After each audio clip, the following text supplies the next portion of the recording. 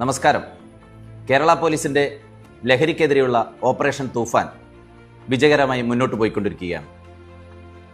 യുവാക്കൾക്കിടയിലുള്ള ലഹരി ഉപയോഗം വലിയൊരു വെല്ലുവിളിയാണ്. നിങ്ങൾക്ക് ലൈനിടുക, സ്കോർ, പേപ്പർ, ജോയിൻ്റ് അടി എന്നൊക്കെ കേട്ടിട്ടുണ്ടോ?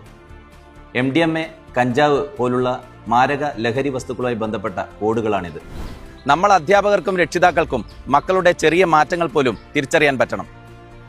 ഉറക്കക്കുറവ്, വിശപ്പില്ലായ്മ, പെട്ടെന്ന് ദേഷ്യം വരിക, ചില നേരങ്ങളിൽ കൂടുതൽ ആക്റ്റീവ് ആവുക, ചില സമയത്ത് ഏകനായിരിക്കുക, കൂടാതെ പെട്ടെന്നുള്ള പുതിയ പുതിയ കൂട്ടുകെട്ടുകൾ ഉണ്ടാക്കുക, കൂടുതൽ പണം ആവശ്യപ്പെടുക, പണത്തിനു വേണ്ടി മോഷണങ്ങൾ വരെ നടത്തുക, ഇവ സൂചനകൾ മാത്രമാണ്.